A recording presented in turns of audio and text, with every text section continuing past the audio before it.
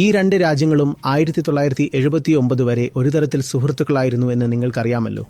വാസ്തവത്തിൽ ആ മേഖലയിലാകെ ഇസ്രായേലിനുണ്ടായിരുന്ന ചുരുക്കം ചില സഖ്യകക്ഷികളിൽ ഒന്നായിരുന്നു ഇറാൻ. 1948 ഇസ്രായേൽ രൂപീകൃതമായത്. ഉടൻ തന്നെ ആ മേഖലയിലെ അറബികളുമായി യുദ്ധമുണ്ടായി.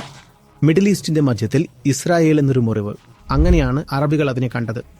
ഇറാൻ ഒരു അറബ് രാജ്യമല്ലാത്തതിനാൽ ഇസ്രായേലിനെ അംഗീകരിച്ച ആദ്യത്തെ പ്രാദേശിക രാജ്യങ്ങളിൽ ഒന്നായിരുന്നു അത്. ഇറാൻ വരുന്നത് പേർഷ്യൻ വംശപരമ്പരയിൽ നിന്നാണ്. അതിൻ്റെ ചരിത്രം ഇസ്ലാമിന് മുൻപുള്ളതാണ്.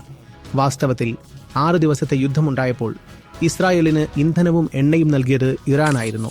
പിന്നീട് 1979 വന്നു. അവിടെ ഇസ്ലാമിക വിപ്ലവമുണ്ടായി.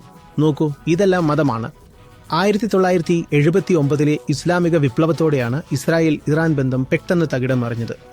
ഇറാൻ ഇസ്രായേലിനെ ചെറിയ സാത്താൻ എന്ന് പ്രഖ്യാപിച്ചു. ആരാണ് വലിയ സാത്താൻ? അമേരിക്ക.